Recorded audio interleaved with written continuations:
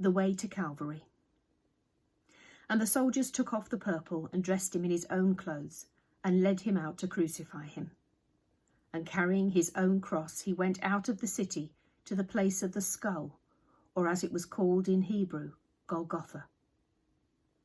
As they were leading him away, they seized a man, Simon of Cyrene, father of Alexander and Rufus, who was coming in from the country, and made him shoulder the cross and carry it behind Jesus. Large numbers of people followed him, and of women too, who mourned and lamented for him. But Jesus turned to them and said, "Daughters of Jerusalem, do not weep for me. Weep rather for yourselves and for your children. For the days will surely come when people will say, 'Happy are those who are barren, the wombs that have never borne, the breasts that have never suckled.' Then they will begin to say to the mountains, 'Fall on us,' to the hills, 'Cover us.' For if men use the green wood like this, what will happen when it is dry?" Now with him they were also leading out 2 other criminals to be executed. When they reached Golgotha, they gave him wine to drink mixed with gall, which he tasted but refused to drink.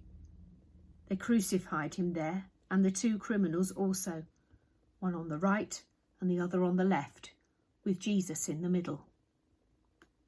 Jesus said, "Father, forgive them.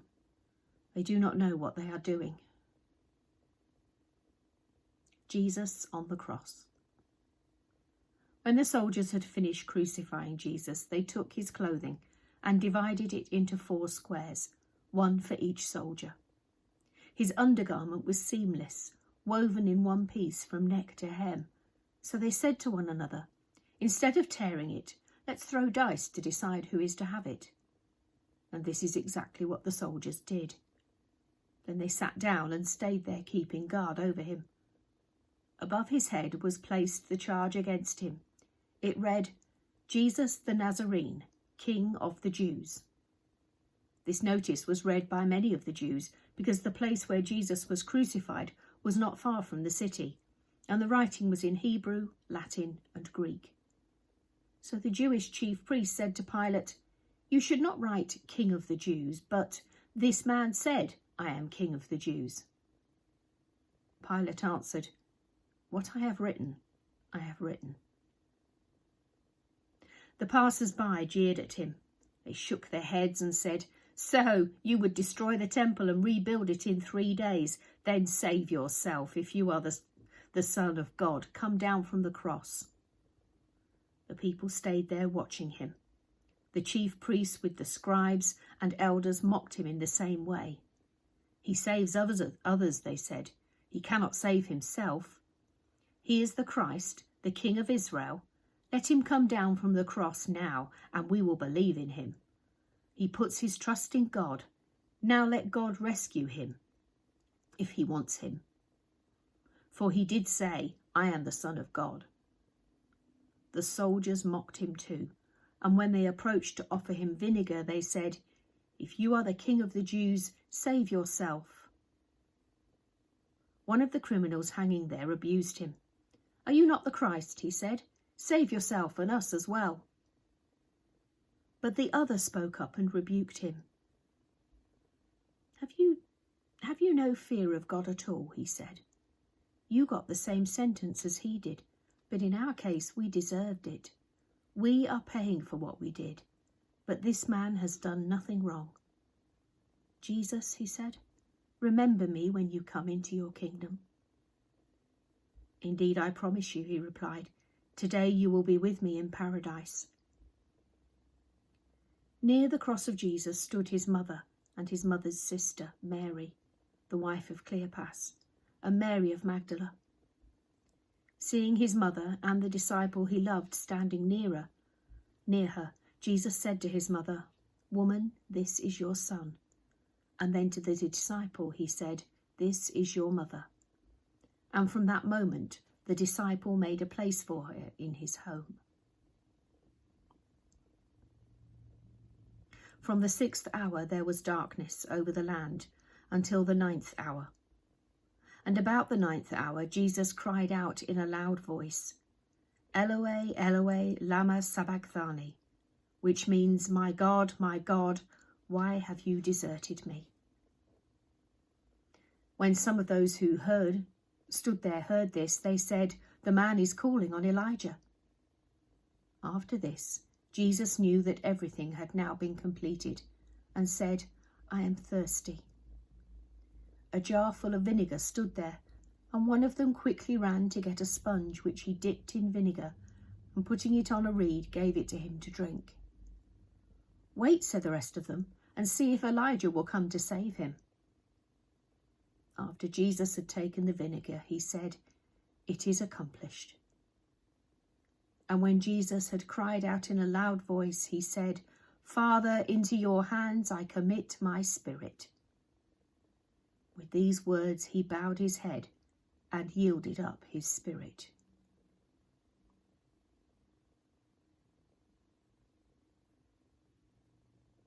The Watchers by the Cross. At that the veil of the temple was torn in two from top to bottom. The earth quaked, the rocks were split. Meanwhile, the centurion, together with the other guards, had seen the earthquake and how he had died. And the centurion gave praise to God and said, this was a great and good man. In truth, this was a son of God. And when all the people who had gathered for the spectacle saw what had happened, they went home and beat their breasts.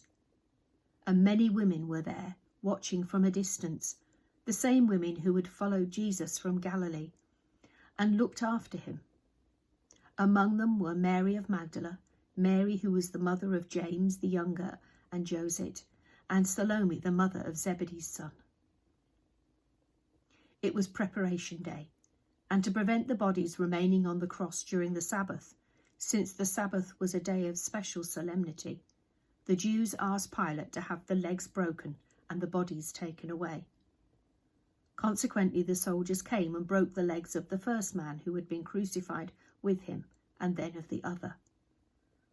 When they came to Jesus, they found he was already dead. So instead of breaking his legs, one of the soldiers pierced his side with a lance, and immediately there came out blood and water. This is the evidence of one who saw it, trustworthy evidence, and he knows he speaks the truth. He gives it so that you may believe as well. The burial. After this, when it was evening, there came a rich man of Arimathea called Joseph, a prominent member of the council, an upright and virtuous man who himself lived in the hope of seeing the kingdom of God. He had not consented to what the others had planned and carried out, being a disciple of Jesus, though a secret one, because he was afraid of the Jews. He boldly went to Pilate and asked for the body of Jesus. Pilate, astonished that he should have died so soon, summoned the centurion and inquired if he was already dead. Having been assured of this by the centurion, he granted the corpse to Joseph. So they came and took it away. Nicodemus came as well, the same one who had first come to Jesus at night time, and he brought a mixture of myrrh and aloes, weighing about 100 pounds.